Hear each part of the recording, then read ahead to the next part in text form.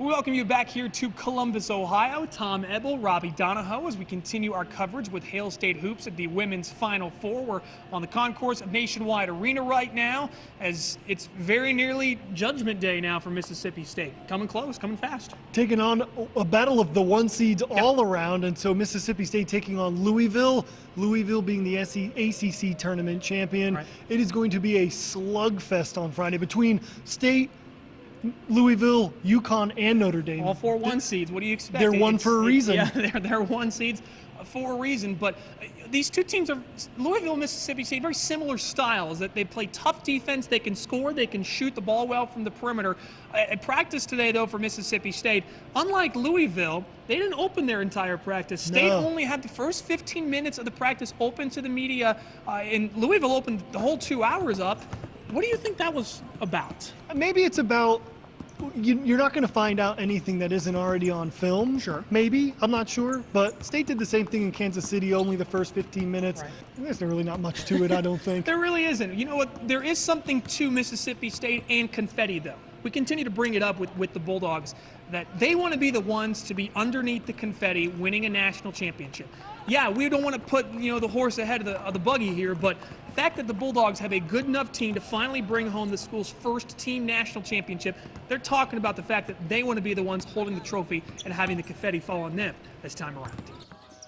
It's not just that confetti. I mean, we have a lot of confetti thrown in our face that's not ours, so it's a bad feeling. I feel like this year is the year. First, we got to be Louisville, and if we get to that game, to the championship game, I hope the confetti is ours. Our team's been special this year. Obviously, when you're 36-1, you've got a really unique and special team. Done it 33 years. I've never had one like that, and you can do it another 33 and never have it again. I've marveled at and been amazed at this group, this team, but when you really step back and look at the kids, these seniors in particular, you understand how we've gotten it done. As a team, we understand that we have what it takes to win a national championship. It's just we actually have to go out and execute. It's not going to be given to us. It wasn't given to us last year. We worked for just getting to that national title game, but I feel like this year we're ready to go take it all. And speaking of Blair Schaefer, you, Blair, and Vic, sort of a one-on-one interview. We're going to have that coming up tomorrow. I'm really excited for that. I don't think people realize how excited and how great that was. Yeah, it was a lot of fun to do because we didn't talk Louisville, we didn't talk Final Four. We talked about what is it like to experience not only the SEC, not only the NCAA tournament, but now the Final Four for 2 straight years as father and daughter. Not too many people get to experience something like that. It's very unique and very cool. And his one-on-one interview with the dynamic duo will be coming up tomorrow on WCBI Sports, and also WCBI just at 5 p.m. coming up tomorrow before the game that tips off at 6 p.m. your time. But we told you about it at 6 with Chloe Bibby, the Aussie Down Under, and that's my best Australian accent. It's not going to get any better than that for me.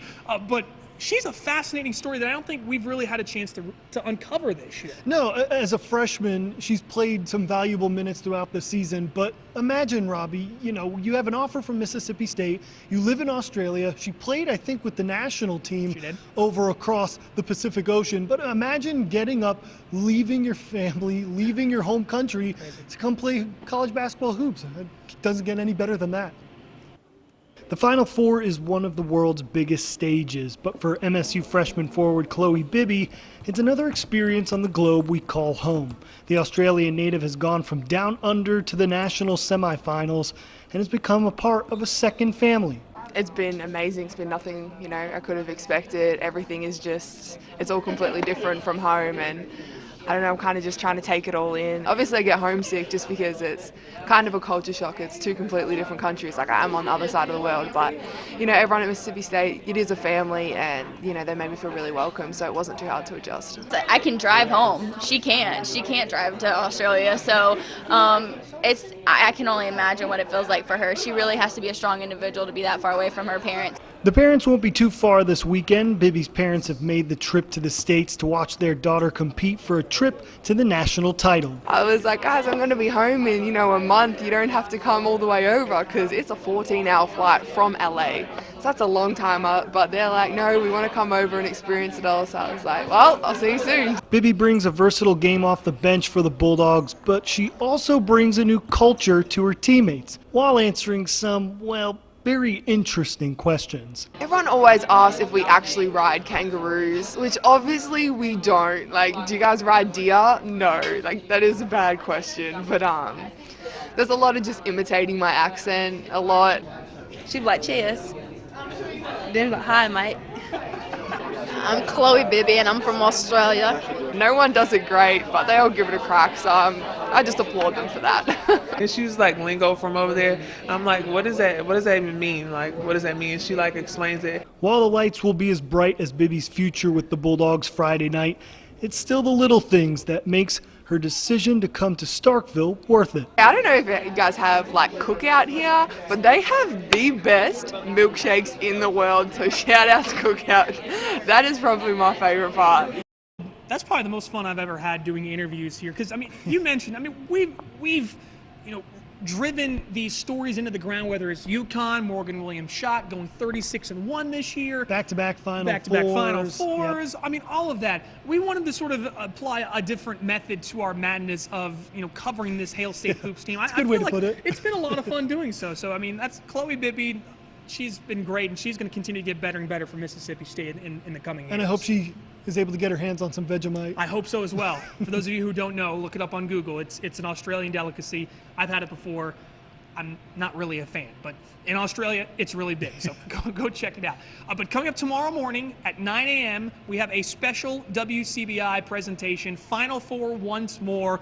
We will have so much great stuff. We'll be talking to Johnny Harris. We'll be talking to Jeremy Pruitt. For those of you, People's champion of Mississippi State, coming from Ohio, becoming a big-time Bulldog fan. We have so many great stories and great aspects to this. We hope you can tune in. It'll be sort of a mid-morning special with Andrea. Tom will be there. I will be there. We'll have it live at 9 a.m. tomorrow morning on WCBI. So that wraps up our coverage from here in Columbus. For now, we'll have much more tomorrow with HailState Hoops as we lead you into the contest against Louisville. For now, reporting here in Columbus, Ohio, Tom Ebel and Robby Donahoe for WCBI Sports.